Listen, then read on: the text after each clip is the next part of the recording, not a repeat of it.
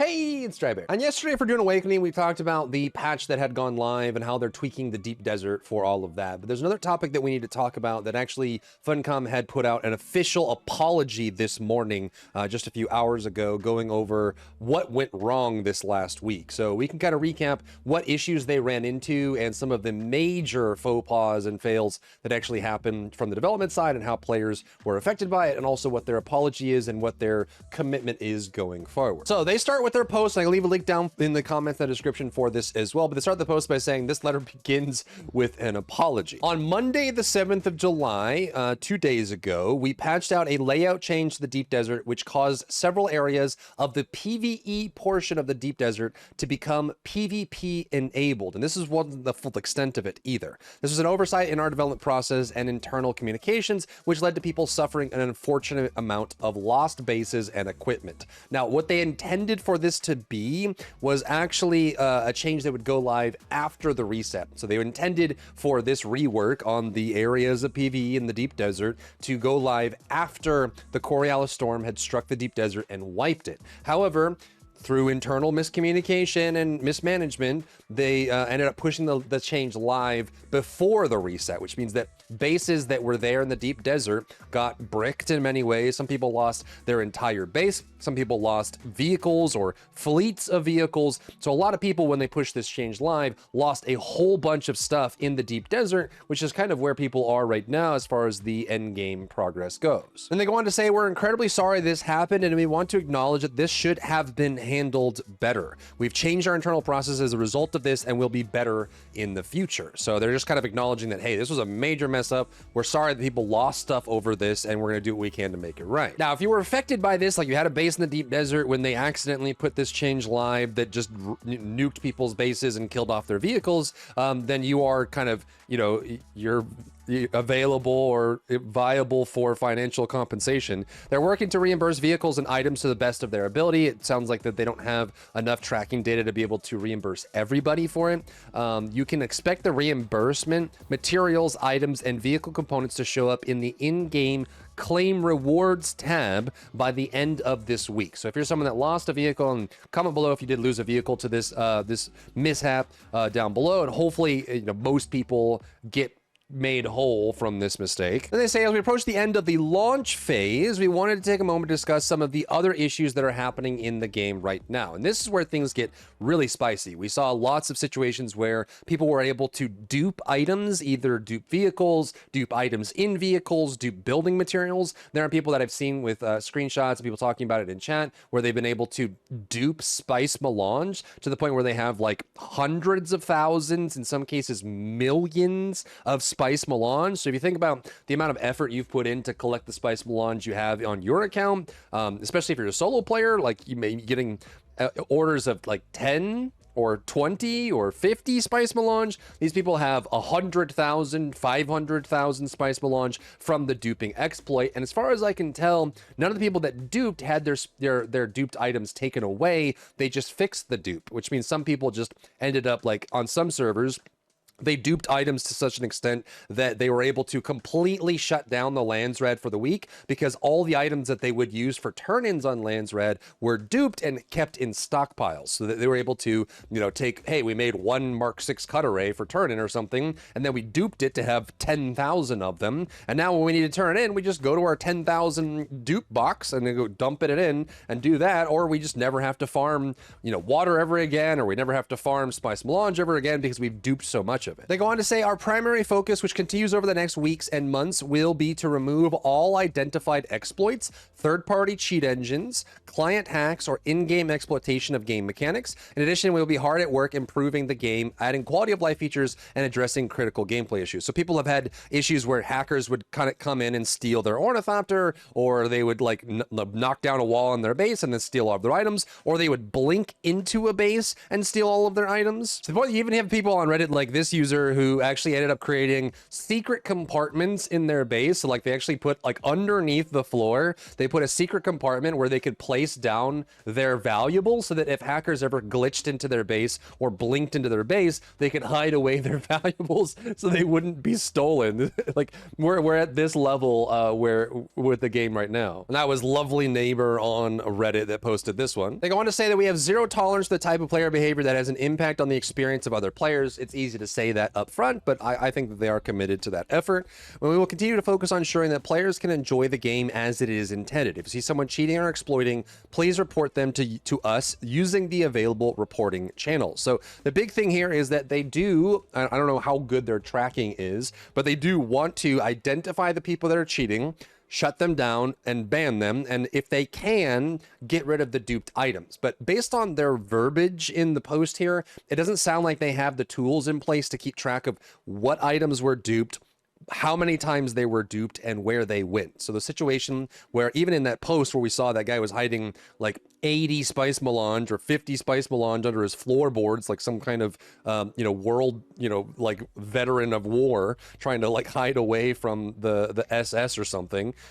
Even then, like that's like 50 spice melange. There are people with hundreds of thousands of spice melange stored away that they just duped, and they're just casually, walking through the field of daisies, holding on to their money and clutching their pearls without any kind of recompense. So we'll see if they're able to actually get rid of the duped items. Obviously, this makes a big deal for, the lands rad, because people can make automatic turn-ins with the material they have. This is a big deal for the marketplace, because then people can, I'm sure there's plenty of people out there that duplicated Solari, so now they have, billions of Solari stored away, so they have infinite money, and they don't have to farm anything, and they can buy anything off the auction house. This will probably have an impact on the economy, on the pricing of things on the marketplace as well, and over the overall experience of the Deep Desert endgame, where you're fighting over resources. Now, they say that we've taken action on several hundred players who have abused exploits, cheats, and hacks, and there will be more waves of bans coming as we identify further culprits. It doesn't seem like several hundred was the scale that we're seeing. I think almost every server was affected by the new cheat engine hacks and the downloadable hacks, as well as the duping exploits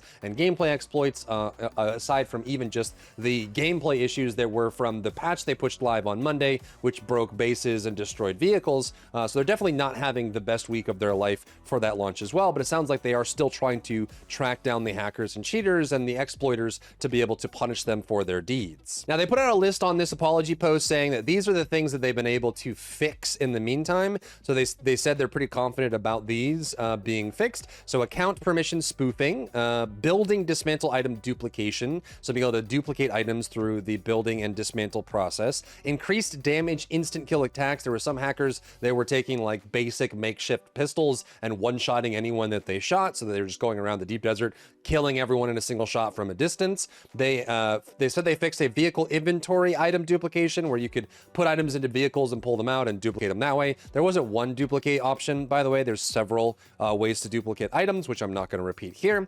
Vehicle ownership takeover. So there was a hack where people could steal a vehicle, which means if they saw your buggy or they saw your ornithopter laying around, they could forcibly change the ownership of it from you to them, get inside and fly away or drive away, and there's nothing you can do about it. So there was a hack for that one as well. Projectile weapon rapid fire. So there was a way to glitch the fire rate on the ornithopters to have them just like crazy minigun fire all of the rockets at once. And there was also a durability repair exploit, which honestly, I've seen a lot of players use the durability repair exploit. There have people say that it felt better to have that, infinite durability on some things rather than having to do the upkeep. But there was a durability repair exploit that I think a lot of people were using. But they feel pretty confident that they've kind of squashed all of these. So pay attention to that in the coming weeks to see if that is actually the case. Then they mentioned that we have a team dedicated exclusively to fighting hackers and fixing exploits. Over the next few patches, they will be introducing additional efforts to prevent exploits by increasing security on several client-server communication layers, performing additional penetration testing against common attack vectors, and auditing our item and inventory systems to make sure they are resistant to item duplication. Now,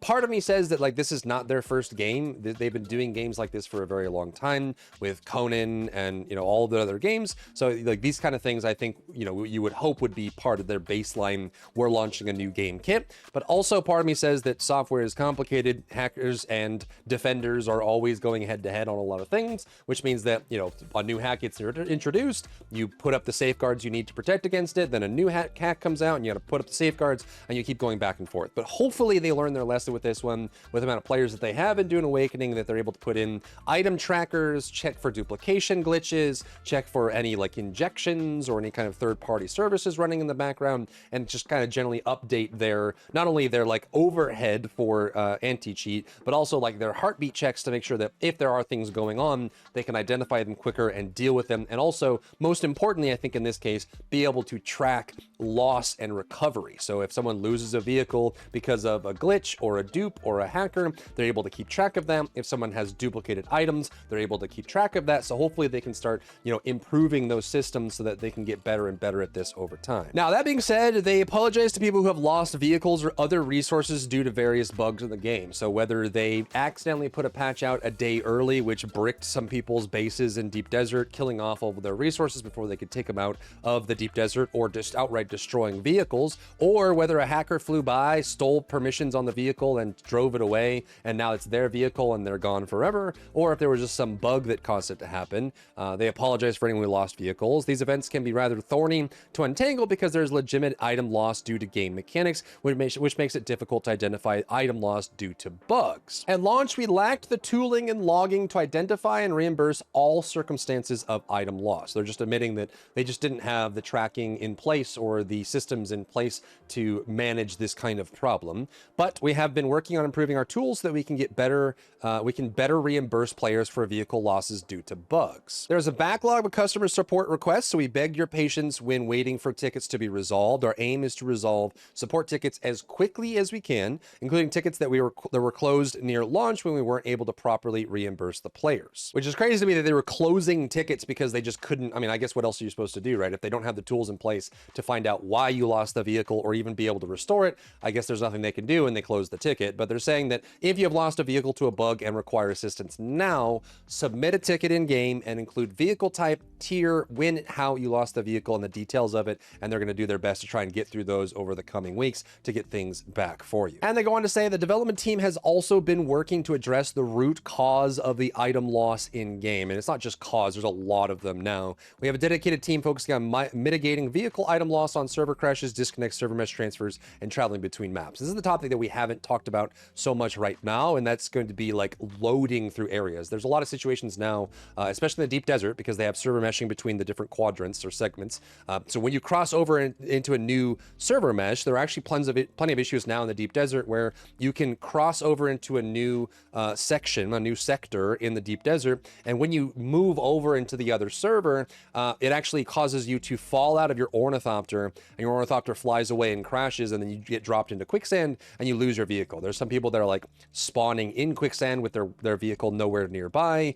Even just crossing over the server meshing, they're having issues with maintaining like, you know, permanence between where you were on the last server mesh to where you are on the new server, and losing vehicles that way. So there's actually a lot of people that are losing vehicles from just crossing, either like going from the world map to a new area, like people going from Haga Basin to Deep Desert, they're spawning into Deep Desert without their ornithopter, like they're just standing there, no vehicle nearby, it's just gone, or they're flying across the Deep Desert and when they server mesh, the vehicle is gone. I haven't had this happen to me, and I honestly haven't seen it either, but I've heard it reported many, many times from people in my live stream chat or on forums and things like that. So we know that it is happening to a good amount of people. I just haven't seen it myself, so let me know if you have experienced this yourself. And they close out to say, to our players, we appreciate you and your continued support. We have a lot of exciting things planned for Dune Awakening, and despite a few bumps in the road, we're really excited for what the future holds. We hope you are as well, from all of their C-suite and EP and producers and the Funcom team overall. They generally are just pretty excited about it. And to be honest, there has been a decline. I don't think it's like that big of a decline. decline, like, to be honest, like, if you take this all the way back, and I've spent a lot of time looking at charts like these, I think this is a very smooth launch. And I think that this is part of just the game itself. Like, the game actually, you know, I've always said this about Dune Awakening.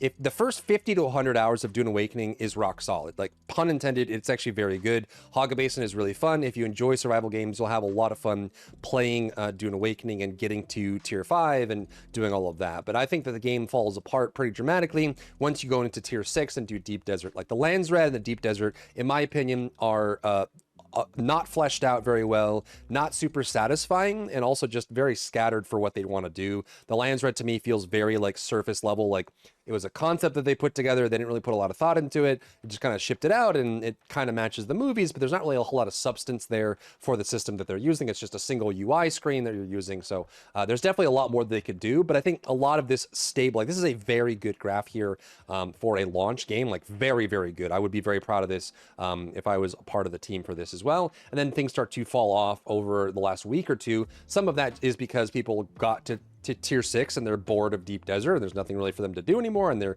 just waiting for new content, so they go play other games. Or part of it is, you know, maybe you're someone who's super hardcore about the game, but you lost a vehicle from hackers, and then you found someone who's duping things, and then you can't buy anything on the market, and then everything's broken and you just get tired of it and you stop playing. So this bumpiness down here, we see a decline. We're seeing, you know, obviously the 24-hour peak has been going down day over day, and the current concurrent CCU, though, we can't see, you know, once we see on console, that we'll see how this launch goes there. And I think the big thing here is hopefully they're able to sort this out really well and flesh out a very good end game before they bring things to console and make people you know, enjoy that from that standpoint. So there's definitely something there. You compare this to games like Once Human, which are very similar as far as like genre and target players, and they're kind of at a very similar number. So I think that they're kind of settling in on what they're going to be, and I think a lot of, you know, balls in their court for them to release things. But I don't think that they're in like a horrible spot here. They're definitely still holding a lot of players. There are still people that are very interested in the game. I still think their number one priority should be new content and an actual end game loop that is satisfying and fun and rewarding, not this kind of like surface level, very benign kind of experience they have now. And then obviously they need to sort out their patching cycles. They're not releasing patches when they shouldn't be, causing people to lose bases and vehicles. And then they got to lock down this cheater problem, duplicating problem, glitch, hacker, bug, exploit problem that they've got right now, which those are, they can be minimized as they push more updates and improve their security and things like that. But we'll have to see kind of how things go. So let me know where your head is at with Dune Awakening, with these changes, with the update and the apology they put out, and kind of just where your head is at with the game overall. Are you still enjoying it? Are you taking a break from it? That sort of thing. If you found value in today's video, leave a like down below, leave a comment for the algorithm to help this video get seen by more people, and don't forget to check out my other channels for other content and other stuff and other things.